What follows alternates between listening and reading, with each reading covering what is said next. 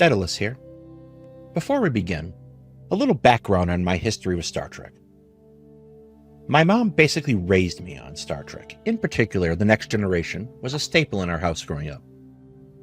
Deep Space Nine and Voyager were soon added to the weekly viewings, and my appreciation for Deep Space Nine has only grown. It's easily the best Star Trek series.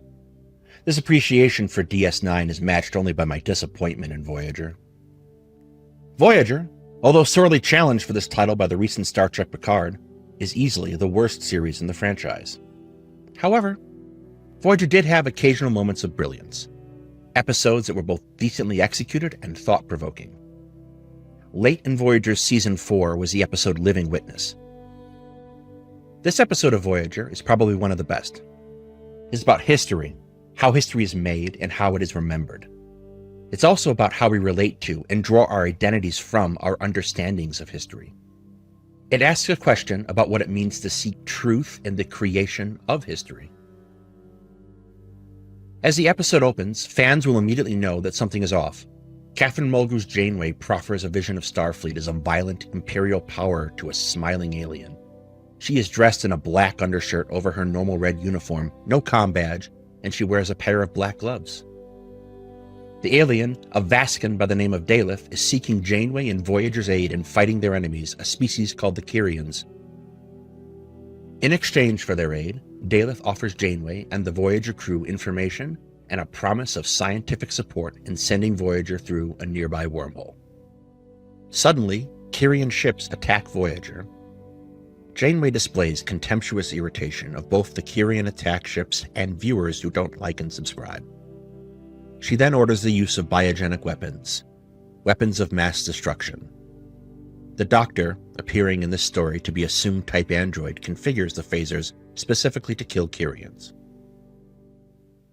Janeway orders the weapons deployed, and we cut away to Voyager firing on a planet. Only it isn't the Voyager we have seen for the last 4 seasons. It is studded with phaser cannons and torpedo launchers rising like jagged peaks over its normal form. The scene cuts away to a small window through which these events are being viewed, a group of Kyrians and Vaskans watching them unfold. One of the Kyrians, named Quarren, explains that these events occurred nearly 7 centuries ago. The scene we just viewed was a historical narrative. Turns out that Quarren is the curator of a museum dedicated to Voyager and its interaction with this planet. Using artifacts and primary accounts, the historians and archaeologists of the planet recreated what they believe happened when Voyager visited their world. Presuming you've watched previous episodes of Voyager, you would immediately recognize that everything is wrong. Voyager is not a warship studded with weapon batteries. The Doctor is not an android. Janeway is not a genocidal maniac. She's sometimes presented this way in the fandom, particularly by reviewer and longtime YouTuber SF Debris.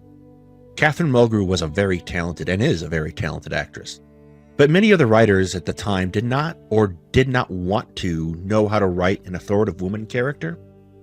And it leads to Janeway having a highly inconsistent characterization throughout the show. This tends to get her painted by reviewers these days as a bit of a kind of a lunatic. It's unfair to a certain extent, but it's funny. They do a much better job characterizing her in Star Trek Prodigy. Anyway, these things we know to be wrong are not subtle, and we are left to ponder how Quarren could be so very wrong. Now I have to beg your indulgence as we take a brief etymological detour. The word history can trace part of its linguistic roots back to the Greek word historia. The rough translation is inquiry, narrative account. In this case, inquiry means learning through research. I bring this up because this particular word highlights the 2 halves of being a historian. The first is research, using primary and secondary sources to construct an understanding of past events. The second part is to take this reconstruction and build the narrative, tell what happened, and why it's important. Now, all that sounds very neat and tidy said out loud and written out. But any historian who watches this will surely be willing to point out that the study of history is anything but neat and tidy. History, as a discipline, is tricky. It relies on things like memory and the accuracy of those remembering those events. It is an unknown for individuals who are involved in a given event to lie in order to make themselves look better or justify actions. So these sources that we use have to be critically evaluated. This is further complicated by historians themselves. They may not know to include another perspective or may have deliberately chosen to omit it. History is shaped and reshaped all the time. As a discipline, history reaches back into antiquity with its methodology, and it becomes more rigorous over time.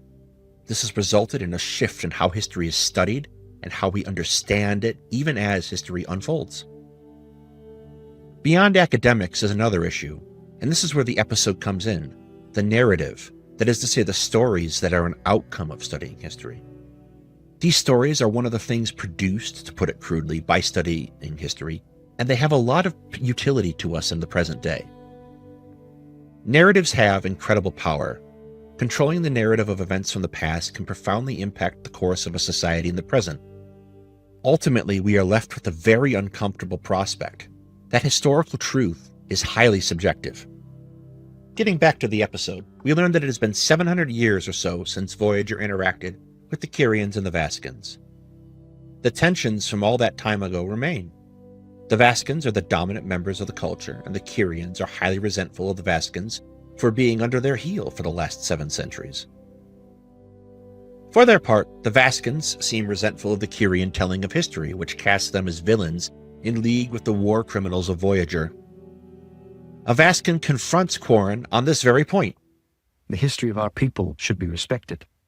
I have a question about that history. Please, How can you prove that it's true? take a closer look. The evidence is all around you. Some musty fossils and a recreation?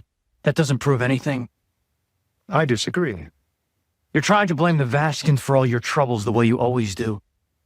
I don't have a problem with your species. I have Kyrian friends.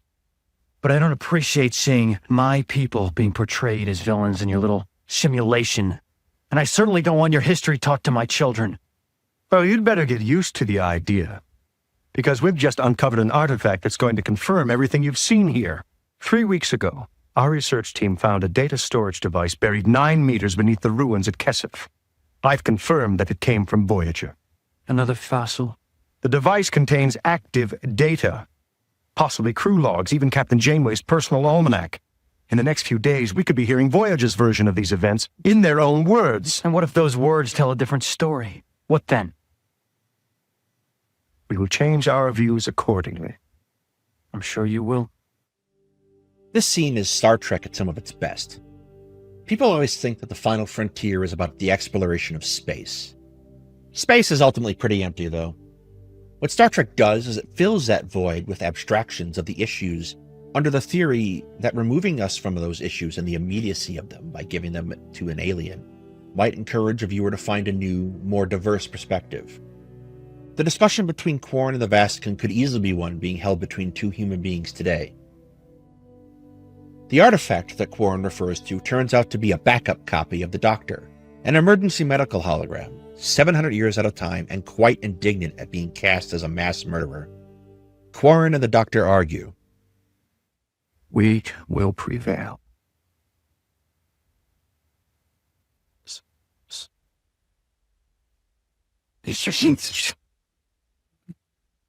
Don't look so sharp, miss. This is what you wanted, isn't it?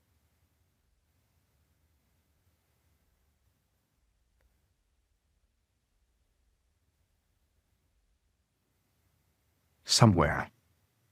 Halfway across the galaxy, I hope. Captain Janeway is spinning in her grave. You've portrayed us as monsters. The captain's a cold-blooded killer, the crew's a gang of thugs, and I'm a mass murderer. Calm yourself. Why should I? I'm about to be hanged for crimes I didn't commit. Tell me your version of events.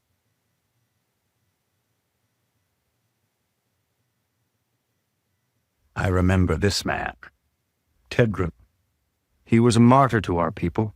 Some martyr. He led the Kyrian attack against Voyager. You're lying. I was there. You're trying to protect yourself, and so are you. From the truth. Isn't it a coincidence that the Kyrians are being portrayed in the best possible light? Martyrs, heroes, saviors. Obviously, events have been reinterpreted to make your people feel better about themselves. Revisionist history. It's such a comfort. We were not the aggressors in the Great War. We were the victims. Proof can be found anywhere on this world. The Kyrian people are being oppressed to this day. The problems in your society are none of my business. I'm just telling you what I saw 700 years ago. I don't believe you. Neither will anyone else. What are you doing? Shutting down your program. Wait, please, I can prove to you I'm right. The medical tricorder, the artifact you have on display. If you just let me... Historical revisionism gets a bad rap. It's often used as a thought-terminating cliché to dismiss any historical narrative that the listener finds offensive to their sense of self. Sometimes, though, there may be a valid reason for this feeling. People make things up. They reject unflattering narratives or remember things in highly subjective ways, and this can affect how they enter it into the historical record through primary sources. We borrow the word for this, the Rashomon effect, from a Kurosawa film of the same name. As history has evolved as a discipline, it has become less about mere glorification of the past and more about embracing and incorporating diverse perspectives. Revision of existing narratives has become required as deficiencies are identified in the previous iterations of those narratives. The more we strive to understand the past, and the more we have to embrace the possibility that our commonly accepted narratives don't adequately reflect what happened. If this is done with regard for proper scholarship, then the revision of historical narratives is an important part of studying history. Done poorly or in bad faith, and it becomes a nightmarish tool for propaganda. In fairness to Quarren, the Voyager encounter happened 7 centuries in the past. The episode also takes pains to explain that many of the assumptions about Voyager and its crew are pieced together from fragmented information and sources. Given the vast time involved, any creative misremembering was done well before Quarren ever became curator. From Quarren's perspective, he is working from a solid foundation of scholarship.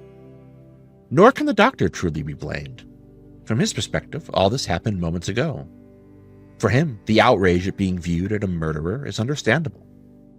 The conflict is easy enough to understand, but it highlights for us the problem of perspective.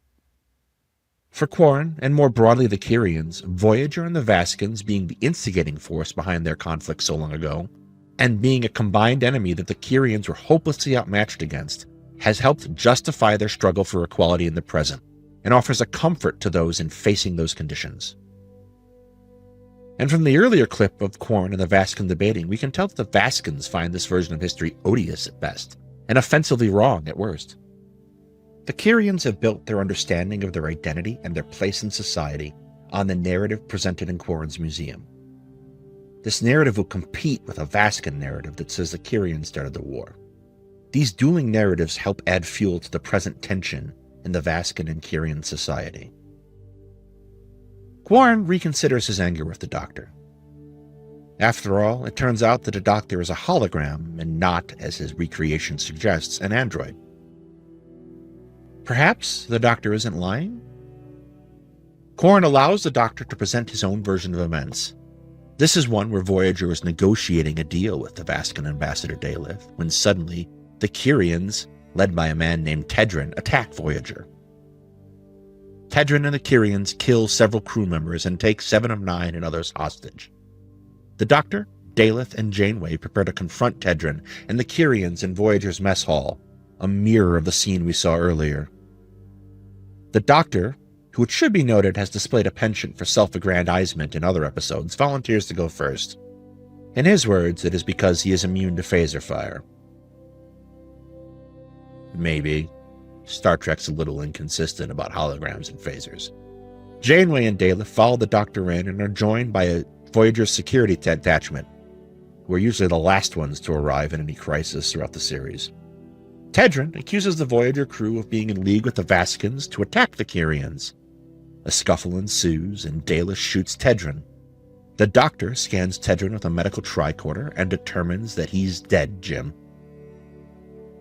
The whole recreation is being presented to a 3-arbiter panel, 2 Vaskins and a Kyrian.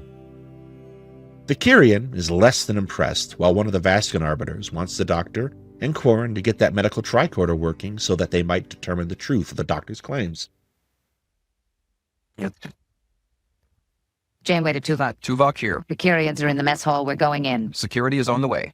I'll go first, Captain, and draw any fire if need be. Your crew is heroic, Captain. I just happen to be invulnerable to phaser fire, but I appreciate the compliment. Captain? Oh. Tendrin, this is between us. Leave these people out of it. I know what you're doing. An alliance with these aliens. We were trading with them, nothing more. You expect me to believe that? You plan to use this ship to destroy us. We would need help if we wanted to destroy you. We didn't realize you were fighting with the Vaskins now. Lay down your weapons, and I promise you won't be harmed. No. No!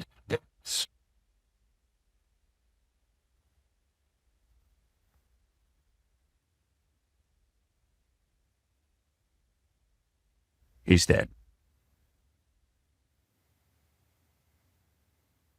Computer freeze program. A tragic, needless death. But as you can see, Voyager was not responsible. After Tedrin was killed, Voyager was attacked by 9 Kyrian ships. My program was disabled, most likely when they stole my backup module. The next thing I knew, I was standing next to this gentleman, 7 centuries later. Very entertaining. I'll admit your holotechnology is new to me. I had to extrapolate in a few places, but I assure you this is an accurate recreation. Perhaps. Or perhaps it's the fabrication of a war criminal who's afraid for his life. Do you have any evidence to support your explanation? In fact, I do. I've confirmed that this is the same tricorder I used to scan Tedrin at the moment of his death. If I can access the bioreadings inside, I can prove that he was killed by a Vaskin weapon, not by Captain Janeway. Can this be done? I've been trying to decipher the instrument for years, but with the doctor's help. I fail to see what this would prove. Tedrin died on Voyager, a victim of a conspiracy to oppress my people. The weapon used, who fired it, this is all beside the point. Was there a conspiracy? Did Voyager really help my ancestors to start the Great War? Or were Kyrians the aggressors, as my people have always believed? Now, this casts doubt on everything. But it doesn't change the fact that my children can't attend the same academies as yours, or that we are forced to live outside of the city center. Today's problems are not at issue here. This is about history. Look, I don't know who started your war. All I'm saying is that Voyager wasn't responsible. I can't believe that you would cooperate with this murderer. You, of all people, you built this museum. The facts are turning out to be more complex than I expected. We shouldn't be listening to this hologram. I want him arrested and charged for the crimes we know he committed. That's not your decision to make. No, it's not, is it? I'm only on this commission because you needed a token Kyrian. Please, this isn't about race. It's always about race. You seize every opportunity to keep yourselves in power. I'm sorry you see it that way. I think we are obligated to hear what the doctor has to say. Proceed with your investigation. Yes, Arbiter. There are a couple things in this clip I want to draw attention to. At one point, the Vaskin Arbiter insists that the examination of the Doctor's version of events is merely about history rather than the present state of relations between the Vaskins and the Kyrians. The Kyrian Arbiter insists otherwise. This is another conversation you oftentimes hear about today. There's this idea that floats around that the history we teach is somehow divorced from its relevance to the present. We imagine that the past is a mere recounting that is not reflective of the values of those doing the recounting. This isn't true, and the Kyrian Arbiter is right in this regard. However, the Kyrian Arbiter wants to try the Doctor based on their present understanding of the Voyager encounter and the Doctor's role in it, because she recognizes that if the Kyrians are the aggressors, and the Doctor can prove it, then perhaps the progress that the Kyrians are making in securing equality could be halted or undone. It's not just a simple matter of history for her. She recognizes the role that the accepted narrative plays in her society. The narrative of Voyager as an overpowering aggressor justifies the Kyrian struggle for equality for her and many others. It makes it a case of, it's not our fault.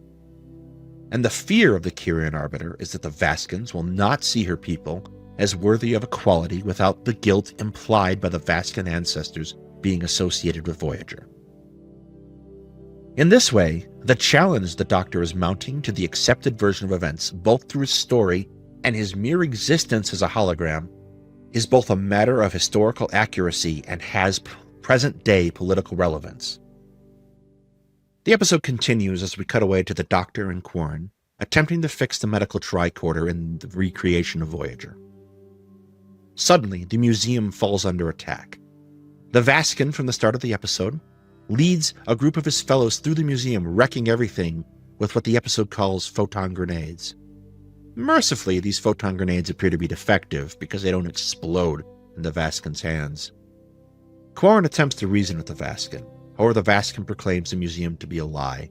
They've heard about the Doctor. They've heard that his story contradicts the museum's.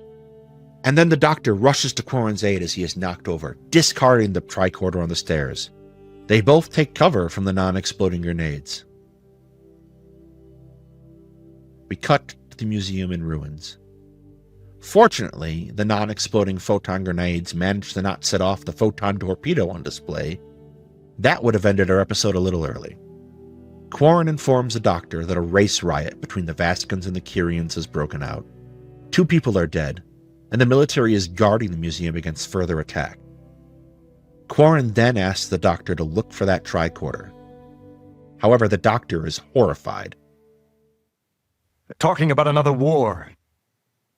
There's only one solution. Delete my program. I've become a kind of symbol for this conflict.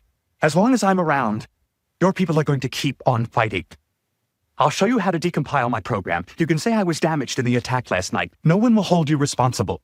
I can't do that to you. Then I'll do it myself. No!